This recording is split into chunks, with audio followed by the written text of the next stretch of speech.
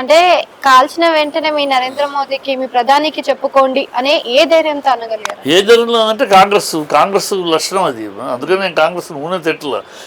కాంగ్రెస్ సంబంధించిన మణిశంకర్ అయ్యారు గతంలో మోడీని తప్పిస్తే కానీ మన ఇద్దరి మధ్య సఖ్యత బాగోదని పాకిస్తాన్కి వెళ్ళి అక్కడ వాళ్ళతో మీటింగ్లో వాళ్ళు బిర్యానీ టీలు తీసుకుంటూ ప్రోగ్రామ్ మానాడు అంతా బయటకు వచ్చింది అది ఓపెన్గానే. మోడీని తప్పిస్తే కానీ మన మధ్య బంధాలు బాగుండవాలి. మోడీని తప్పించాలనేది తప్పించటం ఏంటి? ఎవడనే మాట అది? వాడెవడో అంటాడు పాకిస్తాన్ వాడు.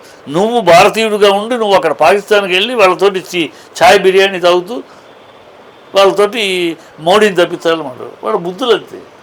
వాళ్ళకి వాళ్ళు దొంగ గాంధీలు, కాంగ్రెస్ దొంగ గాంధీలు, దొంగ భారతీయులు, దొంగ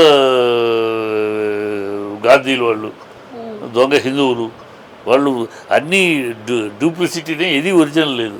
కనుక వాళ్ళకి ఈ దేశం మీద, ఈ దేశ కల్చర్ మీద, ఈ దేశ ఉన్నతి మీద, ఈ దేశ ప్రజల మీద ఎప్పటికీ మమకారం లేదు. అని అందుకని ఎప్పటికప్పుడు పాకిస్తాన్ భాష మాట్లాడుతూ ఉంటారు రాహుల్ గాంధీ. విదేశాలకు వెళ్ళి ఈ దేశాన్ని విమర్శిస్తూ ఉంటాడు.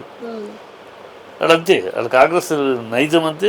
అందుకని కాంగ్రెస్ పరిపూర్ణంగా భూస్థాపితం అయితే కానీ ఈ దేశానికి పట్టిన దరిద్రం వదలదు. అంటే కాంగ్రెస్ ఒక్కదాని వల్లనే ఇదంతా జరుగుతుంది అంతేమ్మా. 70 ఏళ్ళుగా కాంగ్రెసే కదమ్మా. 70 ఏళ్ళుగా పాపాన్ని మూట కట్టారు.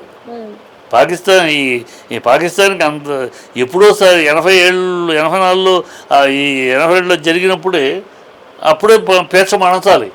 120 మంది సైనికులు దొరికారు మన కళ్ళ దగ్గర. మోకరిల్లు ఉంచున్నారు బంగ్లాదేశ్ ఆ వారప్పుడు. మన చేతి పై చేయకుండా 1,10,000 మంది సైనికులు మోకరిల్లు కూర్చున్నారు. ఆ రోజు ఆక్యుపైడ్ కాశ్మీర్ సరెండర్ చేయండి, ఈ సైనికులు తీసుకెళ్ళండి అంటే సరెండర్ అయ్యేవారు.